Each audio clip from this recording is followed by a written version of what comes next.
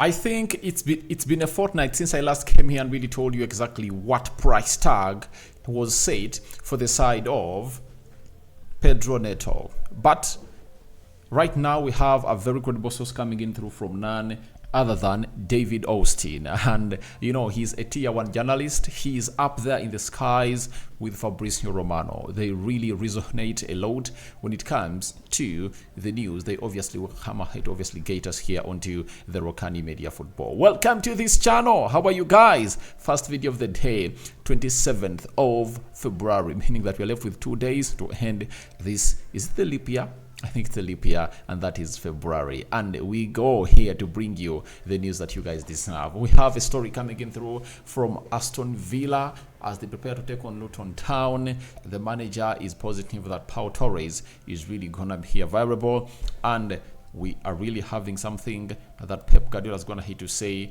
about Jack Grealish in here onto this channel. So let's see close to 200 likes much on this video. Don't forget to subscribe to this channel so as not to miss out on stories that we do upload in here on a daily, and hope you guys are really having fun wherever you are. And the Muslims, Barakallahu Fikum. It's always nice having you onto this beautiful channel of ours. Now let's obviously start it off with a story coming in through from David Austin, and it reads that it's no secret that the likes of Arsenal, Liverpool, Man City and Newcastle are all admirers of Pedro Neto. It would take around £80 million for Wolves to part ways with the player this summer. However, there is also no guarantee he will leave the club. So he says it will take around £80 million. Remember, Sport O'Rourke of the Football Insider told us that Wolverhampton Wanderers will call in for £60 million, but it looks like £60 million is no longer a fee that a very good player should obviously be sold at, because examples have been really put up. Jack Grealish, he was sold for £100 million, you know.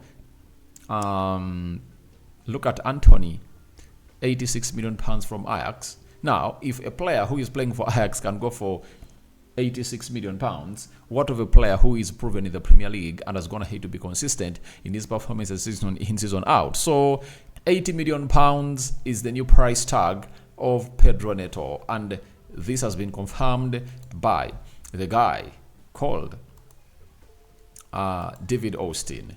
Remember, the first time Arsenal showed interest in Pedro Neto was in the summer of 2022, where after they missed out on Rafinha, they really wanted to bring in a player to compete with Bukayo Saka, and by that time, Wolverhampton Wanderers wanted £50 million. But 2-3 years later, the player's gone ahead to elevate his level to £80 million. Why is Pedro Neto a player of £80 million? First and foremost, we are going to talk about his age. He has a very huge resale value. If you never knew, the guy is just 23 years of age. You might have had his long for a very long time, but he came in through and was still a young lad in the Premier League. So, first and foremost, it's his age, 23 years of age. That is Pedro Neto. Secondly, his skill set and talent. He's talented, and he has a very good swift left foot. He can really skip past players. He can put in colors. He can put in benders. He can also really get in that shot that he really like. And thirdly, his intensity. This guy is a modern player. He plays with huge intensity, tracks back, and after tracking back, he makes sure that he can really lead the forward line. You know, he can really play in very many positions. He can be played as a false number 9. He can be played as a left forward. He can be played as a right forward. That is Pedro Neto for you, and that's what you get when you're really having this sensational jam. You know, I love him a lot. His pace, you know, he paces a lot, and when you look at all teams that are really interested in him, this guy is really good. Then the other point as to why this guy is really rated highly and he's being sold expensively, his stats this season: 2 goals and 9 assists. That is something unusual for a player of this guy, especially playing at a team like Wolverhampton Wanderers. Having 9 assists. When you look at the table of players and the assists, You know, the many they've gone ahead to put in assists. This guy is really up there. When you look at the Premier League, I think he's really one of those players that have gone ahead to create many assists to him. Ole Watkins, and this other guy, Mohamed Salah, you know, they're up there. So it shows you exactly that this guy is really good, and what has gone ahead to really skyrocket his price hugely is the demand is really huge, and the demand is coming in from big players. You get? Sorry, from big teams. The economics I did, we are always told that the demand dictates the price of the commodity. That is it.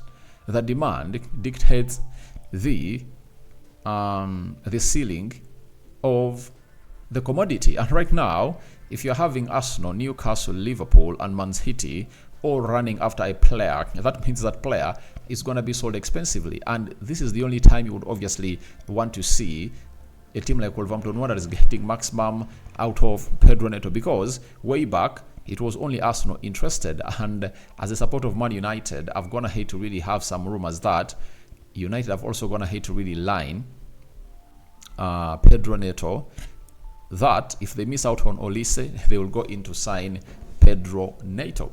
That's what I've gone ahead to get from the side of Man United. So huge clubs are really interested in him, and I can obviously get you some sagas and scenarios that have been like this for some time, and they've gone ahead to obviously see these players really being sold expensively. Let's go to the last summer. Arsenal fans, you know who is called, you know, the guy called Declan Rice. Declan Rice, trust me, if it was not Arsenal, Chelsea, Man United, Liverpool, Bayern Munich all interested in him, they would have gone ahead to sell him for like 80 million pounds. But when these teams came in through and they showed interest, especially Man City and Arsenal, because Arsenal first made a bid of 75 million pounds plus 15 million pounds of add-ons, rejected by West Ham, then Man City came in with another bid of 95 million pounds, I think with 80 million pounds up front and 15 million pounds of add-ons. After that, Arsenal came in through with a bid that matched that request of West Ham of 105 million pounds. So it shows you exactly what it takes to sign a player whose competition is really huge. Moise Caicedo, Arsenal first wanted him, they pulled out. Chelsea, Liverpool were all chasing for the signature of this young man, and Liverpool first made a bid, got rejected.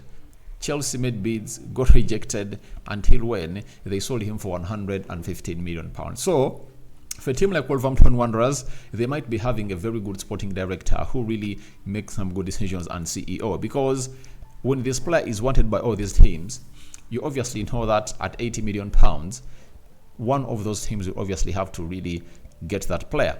Man United, Arsenal, Liverpool, Newcastle, all those very many teams are really interested in getting in a player who plays there. And those assists that's going to put him through have going to hit and really elevate his price at the side of Arsenal. Sorry, at the side of Wolverhampton Wanderers. It is a player that I really love. The problem is that he's an injury-prone player, but I think if it only passes the medical, the rest will be history for this young man. So wait and see how that happens. But how many teams can obviously afford that huge amount of money, 80 million pounds? I think all those teams can afford it, because now a usual player goes for like 40, 50 million pounds. And now an exceptional player ranges from 80 million pounds to 100 million pounds. That is it. And a proven player goes for 100 million pounds plus. So it looks like the new Nemo, and you just have to accept it, that's how everything has gone ahead to be really accepted in here onto the side of the Rokani Media Football. So I had to bring this story, I think, over the weekend, but I was really tight, and I said time will come for you to be told the asking price of Pedro Neto. So who is going to really get Pedro Neto? Is it Arsenal? Is it Man City? And you know Man City need Pedro Neto because they want to get a replacement of Riyad Mahrez. Liverpool, they believe that Salah might make a decision to go and play into the Saudi Pro League, and they'll be getting in their 200 million pounds. And they look at Pedro Neto as the realistic replacement for this guy. When you look at Newcastle, Miguel Almiron looks like he lacks competition, and a team like Newcastle needs to be having 2 players competing for each position. When you go at Arsenal, you know exactly what the point is. They've always wanted to get in a player ever since they missed out on Rafinha, who competes with Bukayo Saka. Saka looks like he's not having some good competition, and that's why this team has always gone ahead to really say, and that's why this team has always gone ahead to obviously coming through and really put in a shift that is really well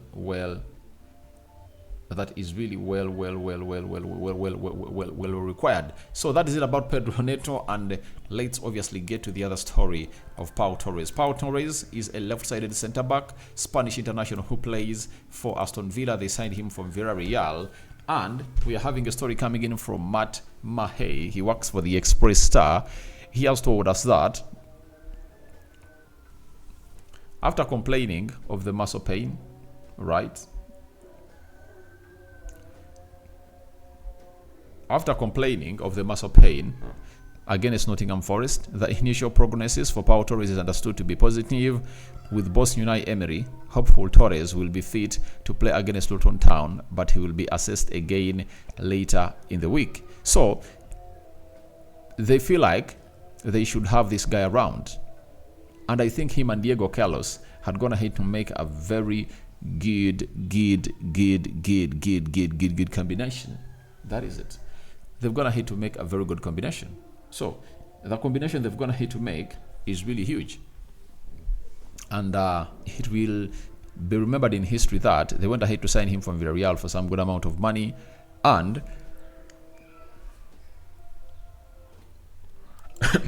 he fit into the team of Aston Villa like a glove. But Aston Villa is really having very many injuries, you know. And the recent one is Abubakar Kamara, who is really injured, and they've been suffering from ACLs. I've gone ahead to see a story coming in from Ollie Watkins confirming to us that they really have 3 ACLs, and they need to really see to it that they go through. And remember, next week they're going to be playing into the UEFA Europa League, and it really brings them to obviously getting these players like Pau Torres back and fully fit. So we wait and see how that pans out. But Aston Villa is really having more injuries. They are surging, and they're really creating lots of damage for the side of Aston Villa. But the manager Unai Emery is really keeping positive that when they're playing against Luton Town, this guy is going to be fit, all fully fit, to come in through and really get this out of the way. So that is it through coming in from the man himself called Pau Torres. I thought it was important for me to come in through and really present to you this story. Then Pep Guardiola on Jack Grealish's potential impact. Remember, he's a player whose season has been really disturbed with lots of injuries, and I think this is like a 3rd injury he's getting this season, and he returns and then gets a setback. He has told us that hopefully the impact he had last season, it depends on him and all of them, and we need him. He has a special quality for Man City, and we need him. It depends on him, and hopefully he can do a good last 3 months. And what Man City need is to see to it that they get players lifting themselves. With Kevin De Bruyne injured, you know, on and off, Haaland struggling to score goals, and other players, they only have Jack Grealish. They only have, what's the name of that guy? They only have Phil Foden, who is really rising up to the occasion. And if Jack Grealish joins the party, it will be really very important. Last season, Grealish had 5 goals and 7 assists in the Premier League. So, looks like he has not gone ahead of it, hit the ground running, and this is his 3rd season at Man City, meaning that he needs to raise up to the expectation. This season he had played 14 games, 3 goals and 1 assist, so that implies this guy has a lot to offer for this side. But the side he's really playing for has a lot of quality, and he has failed to obviously kick in. When look at how Jeremy Doku has gone ahead to come in through and really surpass him, because for Doku this season, I think he's having better stats than Jack Grealish. Let me see Doku. Jeremy Doku, for you, just having his debut in the Premier League season, he's really looking a better player than Jack Grealish. He has 18 matches played, 2 goals and 5 assists. So Doku looks like when he really came, he really hit the ground running, and the injury he got put him gave him what we call a setback, that he cannot obviously come in through and really act well as a player. So to my own understanding, I think Doku, he's a very good player, and Jack Grealish, if it only comes in through and we raise up to the occasion, it will be really great. When you look at Man City, I think they're really having a game today, and they are playing into what we call the FA Cup, and they're really playing away at Luton Town. A hard game that we are gonna really watch and see how things are really gonna be panning in through. I'll be live with the match preview, and so the match day live. Then later I'm gonna really get you what we call the match reaction here onto the Rokani Media Football. So you have every reason to keep it this channel and go anywhere. So I call in you for your reactions into the comment section below on Pedro Neto 1. All right, on what you think about Pedro Neto and his thoughts of becoming a player of either Arsenal, Man City, or Liverpool, name it. Do you think he's worth 80 million pounds? That is the huge question that I'm really waiting to see you guys respond to. And then I want to hear from you people about I want to hear from you people when we are discussing something concerning Pau Torres' return. Do you think it's really very important for him to return? And Jack Grealish impact discussed by Pep Guardiola. Do you agree with him? Yes or no? First video, more is yet to come. Don't forget to subscribe, guys. We want to hit 20,000 subscribers before the end of this month, and we are left with just 2 days to close this month. Can we really subscribe? If you're watching us for the very first time, lower right bottom corner is the place to be. Smash the black button that has where they subscribed, or smashing the notification bell that will enable you get notified every time I upload a video onto this channel. Me out for now.